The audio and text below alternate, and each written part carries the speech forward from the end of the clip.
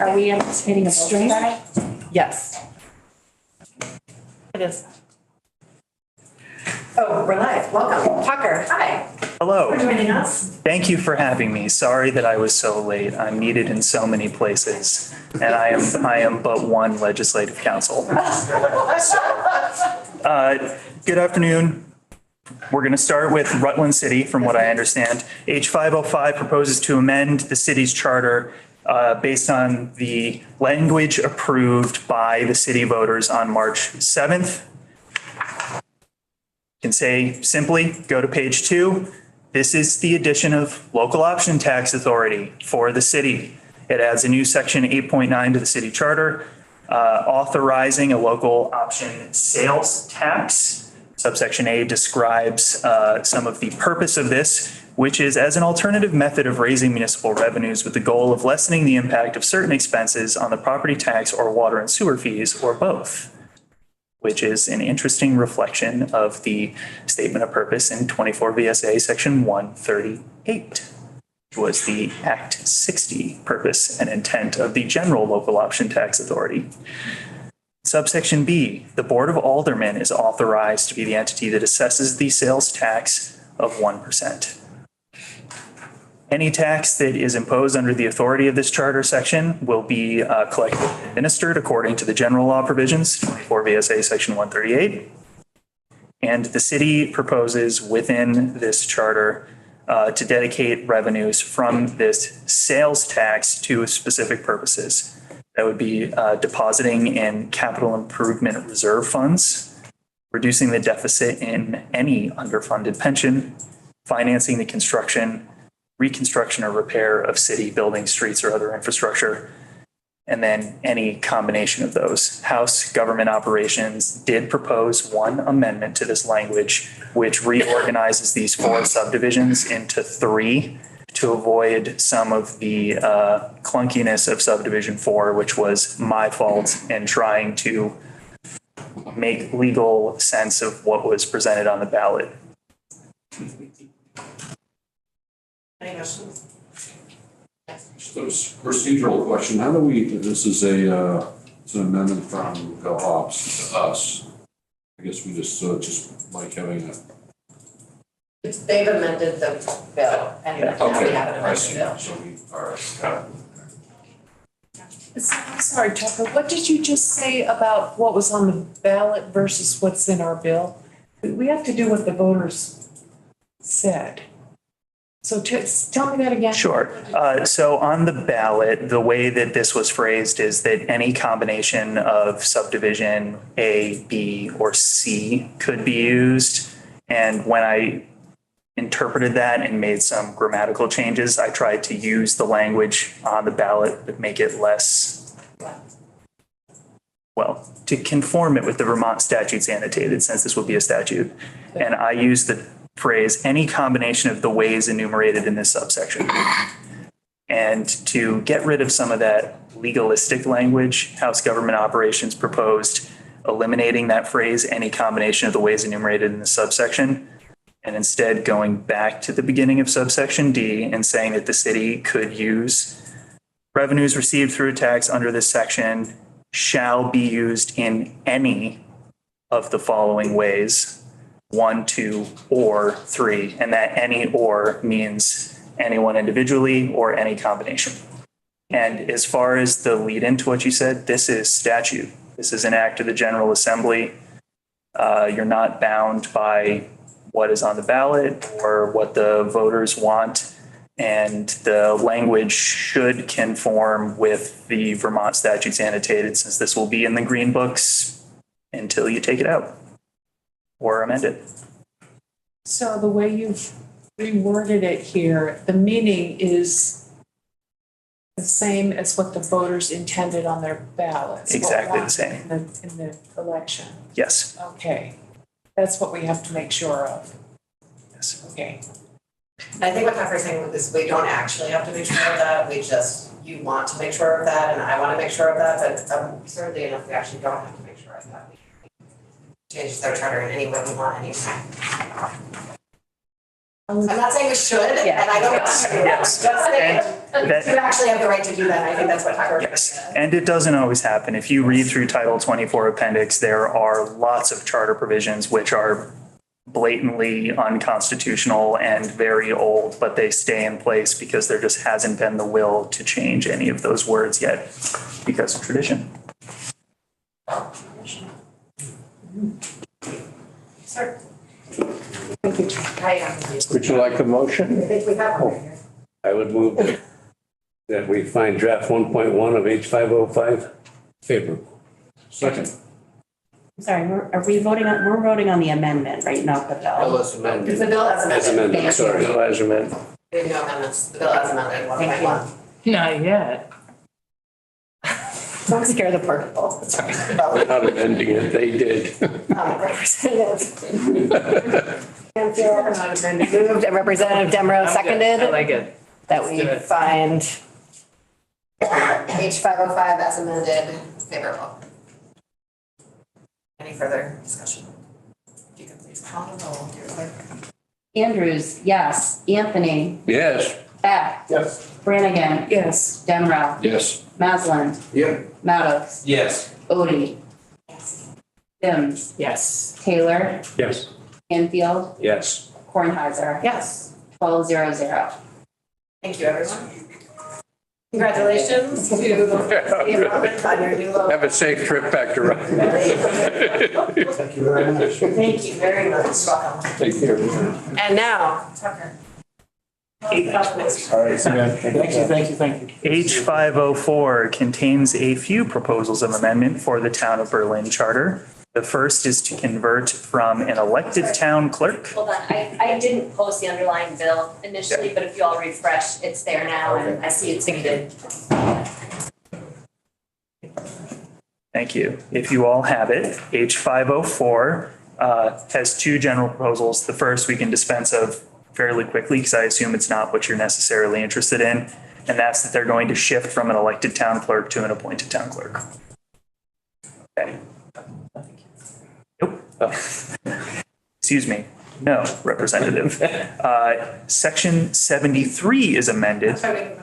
Do all towns have that decision-making in their charter or not? Like, if any town wanted to move from a appointed to an elected? It's only the charter municipalities that you're going to see making this request because general law already allows every municipality in the state to convert from elected clerk to appointed clerk. Same for treasurer and constable, listers, a whole host of other positions. But there are all of these chartered towns that asked for that special permission way before it was granted to all the other towns. And now they have charter-specific provisions governing the election of officers, and they have to come back to the General Assembly to ask for that to be changed. Now, to address some of this, the General Assembly did provide authority for municipalities to suspend charter provisions and rely on general law for a period of 3 years.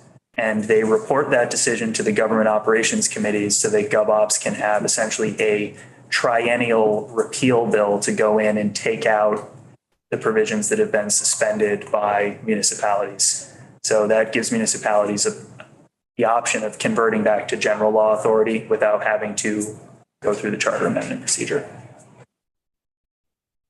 Section 73. The town proposes here to provide a limited waiver for the personal property and inventory tax in the town. I see some eyebrows, so I'll Yes, go. tell us all about this. I spent some time talking to Julia about it, but yes. Personal property and inventory tax historically has applied to the equipment, inventory, and personal property primarily belonging to businesses, think manufacturers, that are not statutorily required to be accounted for in taxes applied to real estate. So first step, there's certain types of personal property, machinery that by law are required to be accounted for in property tax as real estate. So even though it's a machine, this is incorporated in the value of your real estate. Then there's a whole other set of inventory, such as goods in retail stores, certain goods, machinery at factories, things like that, that are non-depreciable, otherwise not taxed assets that belong to those businesses that can be subject to a personal property and inventory tax. Most municipalities have moved away from this. And in fact, there's the option in general law for towns to just outright exempt personal property and inventory from this type of taxation. Here, Berlin is going to keep their personal property and inventory tax, but they are going to provide discretionary waiver authority to the town treasurer upon approval of the select board to waive personal property or inventory taxation when the total assessed value of personal property or inventory is equal to or less than $1,650, which is a pretty low figure. But based on testimony presented to House Government Operations, equates to an amount that would be $10 or less in revenue. And that de minimis amount is more expensive for the town to collect than it is a benefit to the municipality. I see that everyone's lots of questions. I want to add two pieces of information before we dive into questions. One, I have one of our lovely JFO emails that stand in for fiscal notice to say that this has a de minimis impact on the education fund. JFO update for you. And the town administrator has submitted written testimony that is on our page, and we can have him in next week if we need to. He wasn't available, so at the time we were scheduling for this, so we submitted written testimony. I have a quick question though. When you said most, how many are still doing this? I cannot think of very many. And before coming up here, I checked on a few municipalities that I felt like had waived this in the last few years. So maybe I did my research in the opposite direction. How many have gotten rid of this in the last few years? And the answer is 6 or 7 municipalities have moved away from this, maybe since, let's say, the mid 2010s. So for example, Williston was one that I was curious about because this tax would apply to certain types of inventory at your retail stores, of which there are many in Williston. And Williston is one of the municipalities that does not apply an inventory or personal property tax. But you don't know which towns still do apply an inventory or personal property tax. I don't. And the only time that I ever see this issue is when there's a charter provision that calls for the taxation of inventory. Burlington passed a charter amendment 3 or 4 years ago, and their waiver is for anything under $40,000 in value. So Burlington still has an inventory tax, but only for the assessed value over $40,000. Is anyone else having trouble pulling up the testimony of the town administrator? Because when I click on it, I just get like a redux of the bill. I got it. Okay. I don't know what's wrong with me. I'll figure it out. It's just me. I'll shut up. Just figured it out. You said it. This might be a question for JFO rather than you, Tucker, but do you know where the revenue from this tax is deposited or how it is used by the state? Well, this is primarily going to be used by the municipalities. This is going to be a municipally applied tax. There is a page on the, is it PVR? Yeah, did I get the initials right? That comes to the ed fund? Okay. And there isn't a portion that comes to the state, it's really just a local tax. I hesitate, I can't give you an answer, and the reason I hesitate is that when I introduced this, I noted that there are certain types of inventory and property that are accounted for in property value that is subject to tax on real estate. So this, at least in the way that I'm reading this limited language, would not impact that. Is it up to the listers to come up with those valuations in the towns? It has to be reported to the listers, and that's why I was saying that PVR, property valuation review? Yep. Yeah, okay. They have a form. In fact, I think I might have even printed it out. For reporting your, maybe I didn't, inventory values for purposes of your real estate value. And the tax department has no opinion about this charter change as well. But we can have them in to dive deeper into this grander topic outside of the context of this charter change if folks are intrigued at some point when they have a look. Is this something that everyone else in the committee knows No. about except for them? No, it's like it's a weird little corner of municipal tax law. Property tax. It's a, like a remnant from older tax policy that's still sort of dangling around. My sense is it's kind of, municipalities are, many are weaning themselves off it because it's very difficult to track and report. There's an administrative burden associated with it, and I did research on this maybe 2 or 3 years ago, and it seemed like the decline in the collection of this also kind of tracked with changes in the sales tax, because you had potentially inventory that would simultaneously be accounted for in an inventory tax and that would later be subject to a sales tax. Representative? Barry City got rid of its, and Barry Town still has one. I'm curious, and I'm surprised my former colleagues were not given pause by the discretion as opposed to just set the value and that's it. I'm uncomfortable with that, Tucker. I'm surprised that you didn't say, hey, wait a minute. I, walked through, there were questions for the town about whether it should be discretionary or just a cutoff. I mean, that's a delegation, from my point of view, problem. As the treasurer becomes, yeah, you pay and you don't. Anyway.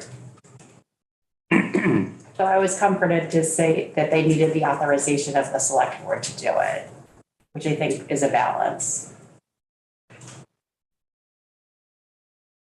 Similar parties to the Board of Abatement of Taxes as well, which can potentially waive or abate taxes under certain circumstances for those. Excuse me, but you know that there's specific criteria Absolutely. to make that selection. Yeah, Thetford had such a tax, what seems to me to be a long time ago. It was kind of a pain in the neck because it basically applied to people who had home businesses. Even adding machines and things like that. And yeah, it was, I don't know how many businesses paid attention to it or how close the inventory was, any of that sort of stuff. And so we just did away with it, and I'm surprised to find there's still some remnants here. I have a question for the committee. So I think there's a lot of interesting stuff about this topic in general. And I think if we wanted to learn more about the topic generally, Tucker would need to do some more research or someone else would need to do some more research. And so I'm wondering if folks want to take more testimony about the topic generally or want to take more testimony about the topic in the context of this bill itself. I'm comfortable with what towns want to do. If you have a moment, Tucker, when you're not real busy at the discretion of the chair, if we want to learn more about it, I think that would be fine. Does anyone want to learn more in the context of this bill itself? No. Okay. Would anyone like to move the bill? I'll move it. Okay. Second. Representative Maslin moves to find the bill as amended favorable. Representative Beck seconded.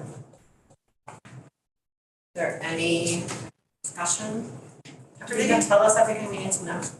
Yes. Okay, great. Is there a fiscal note?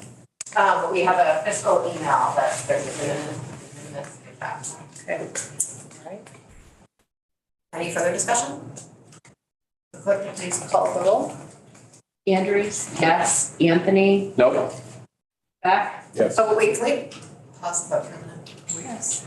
That's all set with Merlin. We are, we're voting on it. Is that okay with you? I thought Bonnie here was here, so. Okay. All set. Okay, all right, thanks. Sorry, Beck, That was a yes. thank you. Brannigan, Yes. Demrow, Yes. Maslin, Yep. Matos, Yes. Odie. Yes. Sims, Yes. Taylor, Yes. Canfield, Yes. Kornheiser. Yes. 11-1-0. Thank you. Tucker, do you want to be the person who looks more into this, or should I find someone else for this? I would take great joy in asking my clerk to do Great. copious amounts of research on the inventory and personal property tax. Thank you. It's punishment. And with that, we're done with the, right?